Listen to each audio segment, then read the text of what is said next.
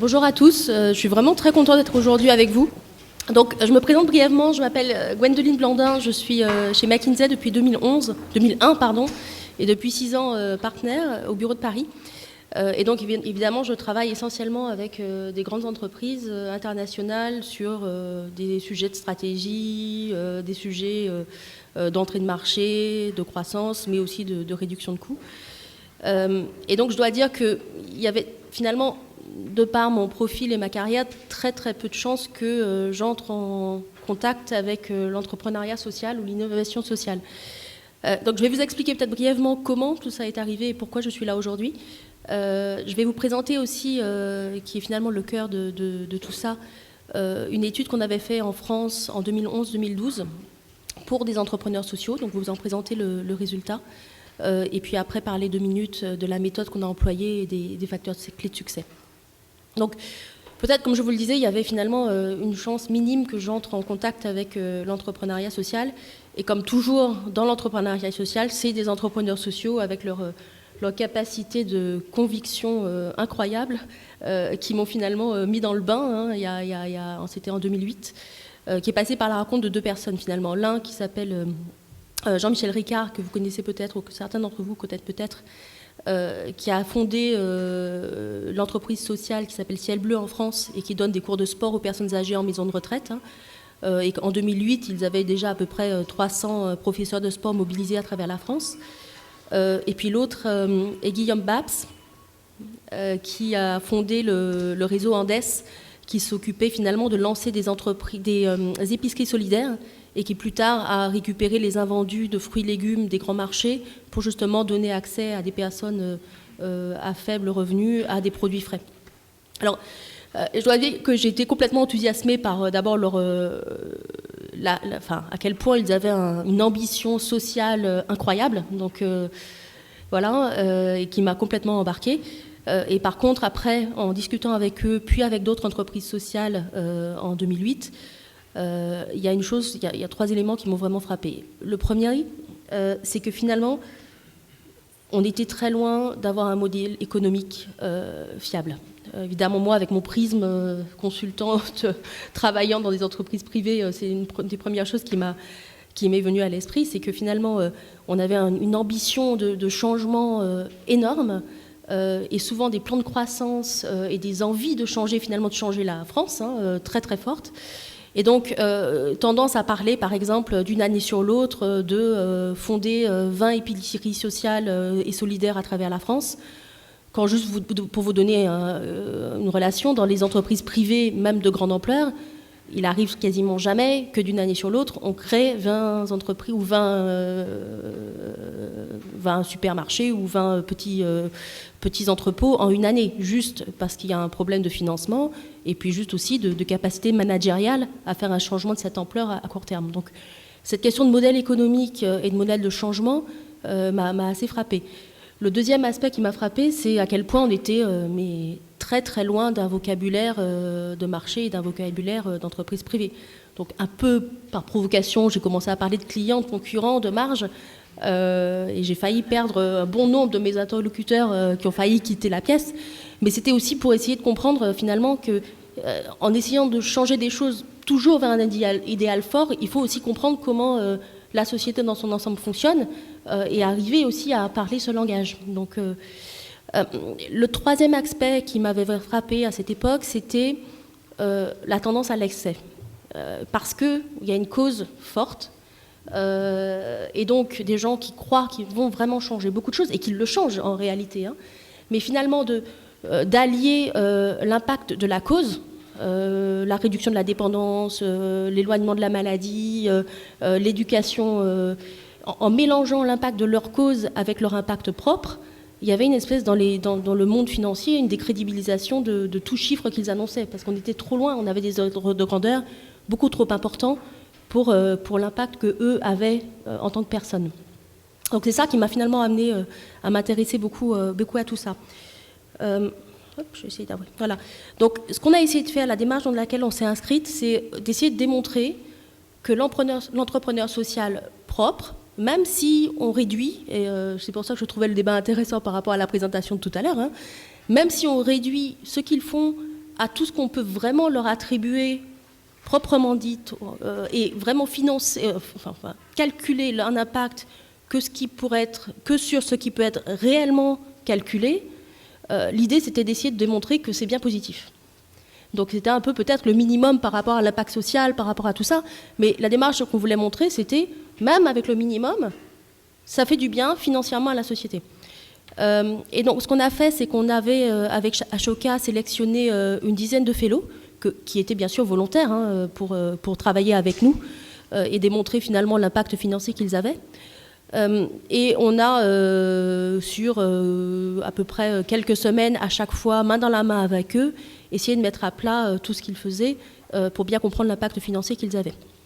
Voilà, en regardant finalement toujours de manière assez simple un différentiel entre tout argent investi et puis les bénéfices qu'ils en tiraient de manière financière, les coûts évités ou les revenus qu'ils en généraient. Alors, peut-être, pour moi, les quatre ou les trois, ici il y en a trois, les trois enseignements principaux. Le premier, qui était vraiment un élément majeur, celui qu'on cherchait, c'est que sur les 10 entreprises qu'on a regardées, les 10 entrepreneurs sociaux, dans chacun des cas, le minima, dont je parlais tout à l'heure, était positif. Donc pour chacun d'entre eux, on pouvait dire qu'investir un sou dans cette entreprise sociale ramenait un bénéfice à la société. Et donc ça, c'était vraiment un élément essentiel. La première raison de ça, c'est juste que quand on parle d'entrepreneurs sociaux, on parle d'entreprise finalement, et donc que ça crée du travail, que ces personnes paient des charges patronales, qu'elles paient finalement des impôts, et que tout ça revient à la société et à l'État. La deuxième grande raison est que finalement, dans beaucoup des cas, les grandes entreprises sociales reviennent à créer finalement des postes en insertion et s'adressent la plupart du temps à des chômeurs de longue durée. Et donc là, bien sûr, on a des coûts évités pour l'État, en tout cas en France, vu le système social, qui sont très importants. Donc ça, je dirais que c'était les deux grandes dimensions. Et bien sûr, on a des dimensions qui sont propres à l'entreprise sociale proprement dite ou à la cause qu'elle défendait. Je vous montrerai des illustrations tout à l'heure. Le deuxième élément intéressant est que finalement, la plupart du temps, on parle, même pour les grandes entreprises sociales, de plutôt de choses qui sont régionales ou implantées dans certaines géographies, et qu'on voit qu'avec ce bilan positif, déjà pour chacun d'entre elles, il y a un potentiel de réplication et de génération de valeur, finalement, qui est vraiment très fort. Sur les 10 entreprises qu'on avait regardées, on avait un potentiel de 5 milliards d'euros en plus. Alors la question, bien sûr, est comment on grandit, comment on croit, où on va chercher le financement, où on va chercher la capacité managériale. Mais on a finalement un pool de valeurs qui est très fort, qui peut se matérialiser soit par la croissance de ces entrepreneurs sociaux propres, ou par la croissance de l'idée dans la société. Donc ça, j'ai trouvé vraiment un impact intéressant. Un autre élément intéressant, c'est que finalement, et c'est ce que vous discutiez tout à l'heure, beaucoup des éléments qui font finalement la raison d'être même de ces entreprises sociales, elles ne sont pas là pour créer de la valeur, elles sont là pour changer le monde, pour avoir un impact social fort. Souvent ça, on ne l'a pas chiffré, tout simplement pour une bonne raison. On peut le chiffrer, mais ramener à une cause, pas ramener à l'entreprise sociale. Si je reviens sur mes deux exemples de tout à l'heure où j'avais une personne qui faisait du sport aux personnes âgées, oui, on peut dire que faire du sport aux personnes âgées, c'est bénéfique, on va repousser l'âge de la dépendance, et oui, ça va sans doute réduire les frais de la sécurité sociale. Maintenant, est-ce qu'on peut dire que repousser l'âge de la dépendance et donc les frais associés sont réellement attribuables directement à cette entreprise sociale-là et à ce cours de sport-là? Non, c'est bénéficiaire, c'est participer à un écosystème dans son ensemble.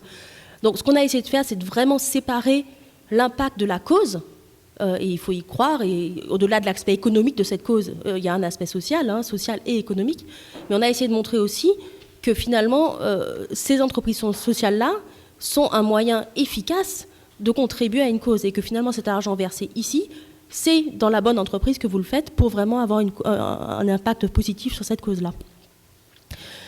Et puis deux éléments plus qualitatifs, c'est que finalement il y avait quand même une création d'emplois dans des bassins qui étaient peu touchés ou qui étaient très touchés par le chômage, parce que, par exemple, on a suivi une association ou une entreprise sociale qui faisait de la rénovation de châteaux, qui était complètement éparpillée en France, où il n'y avait quasiment pas d'emploi.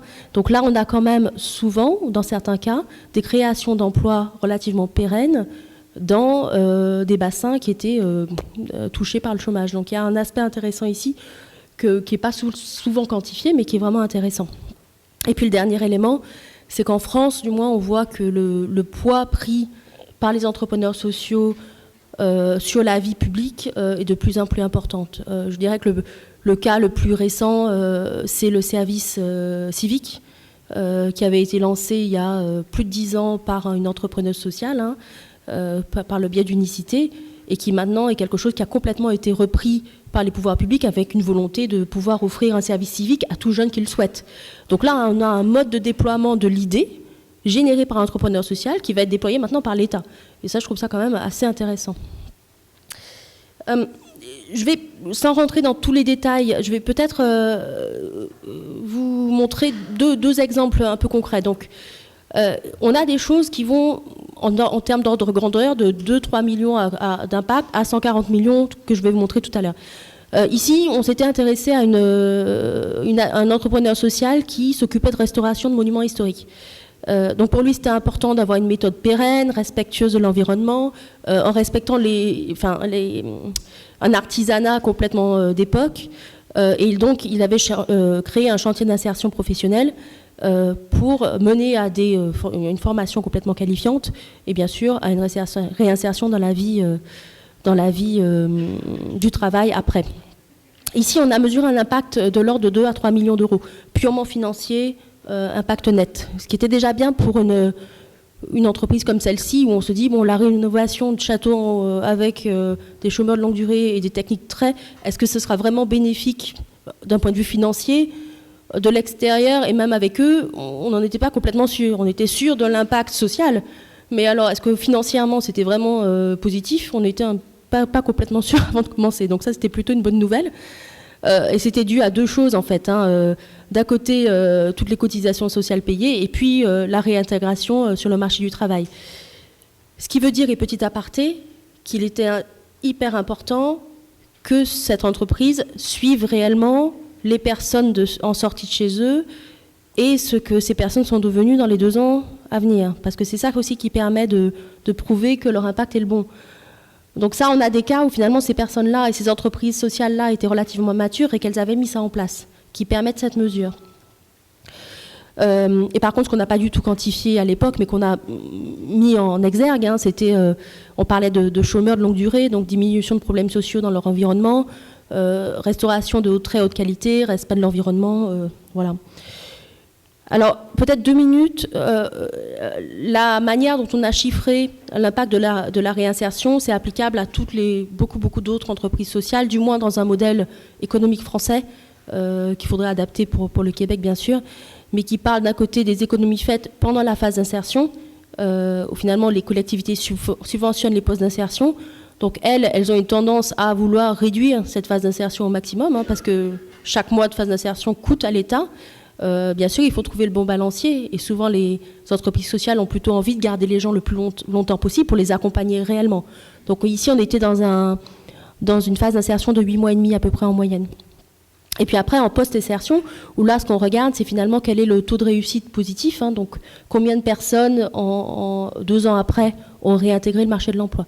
Donc ici, par exemple, on avait 90% qui sortaient de la formation MAM avec une formation diplômante, et qui 2 ans après, on avait 50% qui avaient réintégré le marché du travail, qui était plutôt un bilan positif. Je vais peut-être vous montrer un deuxième exemple assez rapidement. Là, entreprise sociale complètement différente, où enfin, finalement leur but c'était de prévenir ou de réduire le surendettement. À plusieurs buts, réduire l'exclusion sociale principalement des personnes surendettées et des conséquences souvent négatives. On parle de divorce, d'échecs scolaires, enfin de choses socialement complètement difficiles à vivre. Donc leur but était vraiment de résoudre le surendettement. Ce que j'ai trouvé intéressant, c'est qu'on a mesuré des bénéfices quantifiés de manière majeure, mais si je saute quelques pages, mais principalement pour les établissements de crédit, qui n'étaient sans doute pas du tout les gens que cet entrepreneur social avait envie d'aider. Donc, c'est quand même aussi intéressant dans cette mesure-là. On se dit, il y a une liste de bénéficiaires, vous, entrepreneurs sociaux, vous aidez une liste de bénéficiaires longue. Bien sûr, les personnes pour lesquelles vous êtes là à la base, qui sont les personnes touchées par le surendettement, mais il faut aussi que vous connaissiez et que vous puissiez chiffrer ce que vous avez aussi comme impact positif, vraiment positif, pour des établissements qu'a priori vous ne souhaitez pas vraiment aider. Et ça, dans des discussions de financement notamment, c'est quand même assez intéressant de se dire des établissements de crédit qui ont tendance en France à donner des crédits à des personnes non solvables peuvent économiser 100 millions d'euros par le biais de cet entrepreneur social. Et ça, c'est sur une année. Donc ça, c'était aussi un changement d'état d'esprit de se dire c'est quelque chose dont je dois avoir conscience, moi, en tant qu'entrepreneur social, parce que ça peut aussi m'être utile, tout simplement. Enfin, alors, par contre, ne négligeons pas et ne mélangeons pas les choses. On ne veut absolument pas réduire l'entrepreneur social à un bénéfice pour une entreprise financière. Loin de là, notre idée, et loin de là, leur idée de toutes les manières. Donc, il faut, dans toute cette démarche qu'on mène, toujours bien mettre en avant que l'impact social est avant tout ce qui compte pour cette entreprise sociale. Mais ça, vous l'avez dans votre cœur et c'est important de le montrer aussi. Mais il faut quand même que vous ayez conscience de finalement de ce que vous générez pour d'autres, qui sont peut-être des produits à côté, mais qu'il est bon de savoir parce que vous pouvez l'utiliser dans toutes les discussions, financement, positionnement sur le marché du travail, etc. Alors, hop, je vais vous présenter peut-être 2 minutes si j'ai le temps, la démarche qu'on a suivie, la manière dont on fait les choses. Donc toujours main dans la main avec les entrepreneurs sociaux. Bien sûr, rien ne se fait en chambre. On n'est pas là en externe en tant qu'auditeur pour valider quoi que ce soit. On travaille main dans la main avec l'entrepreneur social. Donc on l'a fait avec 10 de ceux-là. La manière dont on procède est un petit peu la suivante. D'abord, une description exhaustive et concrète des activités. Donc, et comme vous le savez, ou les entrepreneurs sociaux du groupe le savent, c'est rarement mono-activité. Parce que finalement, dès qu'un entrepreneur social commence à être lancé, il y a telle opportunité qui arrive, donc il va la saisir, telle possibilité de financement qui arrive, donc il va la saisir. Donc on a souvent des cas finalement d'activités assez complexes, de bénéficiaires assez complexes. Et donc il est important d'avoir une vision complète des activités que cette entreprise sociale mène. Et qui parfois peut-être aussi permettent une réflexion de se dire ça je l'ai fait parce que l'opportunité est venue, est-ce que c'était vraiment ce que je voulais faire à la base au-delà de toute notion économique, en petit aparté. Le deuxième élément, c'est l'identification exhaustive de tous les bénéficiaires. Donc ça, j'ai illustré tout à l'heure avec les entreprises de financement. Une étape très importante est la définition d'un scénario de référence qui vous permet juste de montrer, de fixer l'impact par rapport à une base. Pour prendre un exemple juste concret, on avait travaillé avec le groupe SOS, un des plus grands entrepreneurs sociaux en France, qui, pour une petite partie de ses activités, rachetait des appartements à Paris pour proposer des lits à des sans-abri qui avaient, par exemple, une petite grippe ou des choses comme ça.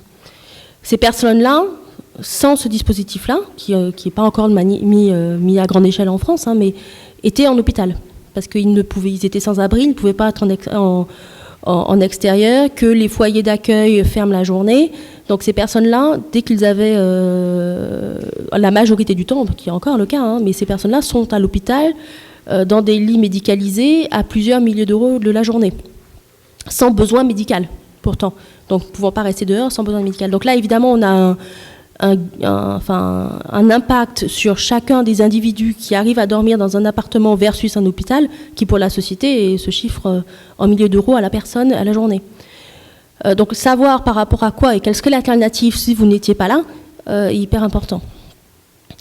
Le quatrième élément, c'est finalement, ça se décompose un peu en deux aspects. Le 4A, c'est un peu la mise à plat totale du modèle économique. Donc il est important que nous, mais surtout que vous, et ça va souvent de pair, de bien comprendre son modèle économique. Et ça, on s'est aperçu quand même que souvent l'entrepreneur social n'avait pas complètement la vision complètement transparente du modèle économique mis à plat. Les cas qu'on a regardés, ils voyaient quelle levée de fonds il avait besoin l'année d'après pour pouvoir sécuriser un certain nombre de choses, mais de se dire de manière un peu plus macro, en tout cas les cas qu'on a regardés, hein, quelles étaient réellement la part de revenus, entre guillemets, sur la base des subventions, des levées de fonds, des cotisations, et de l'autre côté, les coûts, la base de coûts, incluant des choses comme les achats, les choses que vous achetez pour vos besoins quotidiens, enfin des choses comme ça, que je dirais qu'il n'y avait pas une notion de gestion d'un PNL très forte. Donc ça, mettre ça à plat et aider à avoir une compréhension réelle de ça, parce que c'est juste la vie quotidienne de faire tourner son entreprise, hein, sociale ou pas, il faut le faire tourner. Et puis après, ce qu'on a fait, c'est une description détaillée de l'impact, aussi bien économique et social, pour chacun des bénéficiaires. Et puis pour passer après à une phase de quantification de l'impact par rapport à la situation de référence, et l'extrapolation de l'impact de l'entrepreneur à une population globale. C'est là où je revenais sur mes 4-5 milliards du début de la présentation. Voilà. Alors, comme je le soulignais précédemment, nous n'avons jamais lié un impact à un entrepreneur si cela pouvait être contesté. Et ça veut dire que ça peut créer aussi une certaine frustration, parce que l'entrepreneur qui est là pour défendre une certaine cause peut finalement avoir sa validité financière faite par quelque chose d'autre. Le cas de mon entreprise de surendettement était évident et ça amène des débats intéressants avec l'entrepreneur social. Donc il faut savoir aussi un peu décorréler les choses. Mais ça nous a paru comme essentiel pour pouvoir justifier chaque chiffre jusqu'au bout. À la limite, plus ces chiffres sont gros, plus il est important de pouvoir les justifier, mais toujours de pouvoir toujours le faire. C'est là aussi, pour ça aussi que les entrepreneurs sociaux étaient intéressés à travailler avec nous, parce que ça donnait une certaine validité aux chiffres générés. Oui, alors je vais passer à ma conclusion. Peut-être pour moi les facteurs clés de succès dans une telle démarche pour les entrepreneurs qui le souhaitent. D'abord, il faut un business model stable, relativement stable, qui permette réellement de comprendre la dynamique de l'entreprise sociale en termes de bénéfices et d'impact, de bénéficiaires, de modèles financiers, pour pouvoir finalement modéliser un petit peu ce qu'on a décrit tout à l'heure et aller jusqu'au bout des choses. Après, ce que je disais, c'est des fois, ça peut être un peu douloureux, donc il faut une certaine ouverture d'esprit et être prêt à entendre que ce qui est la raison d'être de l'entrepreneur social qui a un impact social positif et peut-être pas du tout ce qui va justifier votre impact financier. Donc ça peut être parfois un peu douloureux, donc il faut être prêt à vouloir l'écouter. Et puis après, je pense que au-delà d'un chiffre, et que en toute transparence, souvent les entrepreneurs sociaux cherchent pour aller quand ils ont besoin de financement, hein, au-delà d'un chiffre, je pense que toute cette démarche-là apporte une certaine maturité, et la recherche de la mesure de l'impact dans une recherche d'un modèle économique complètement viable. En France, on a une diminution forte des financements publics. J'imagine que c'est peut-être un peu pareil ici. Donc la plupart des entrepreneurs sociaux dont je parle étaient quasiment financés que par des financements publics à l'époque. Donc certains d'entre eux vont se retourner vers des levées de fonds privés, ce qui en France n'est pas non plus dans la culture du tout. D'autres vont se lancer dans la création de filiales commerciales pour pouvoir facturer un certain nombre de leurs activités.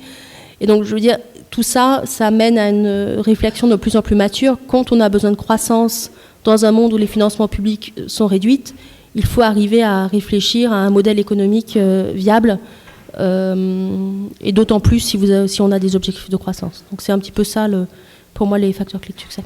Merci.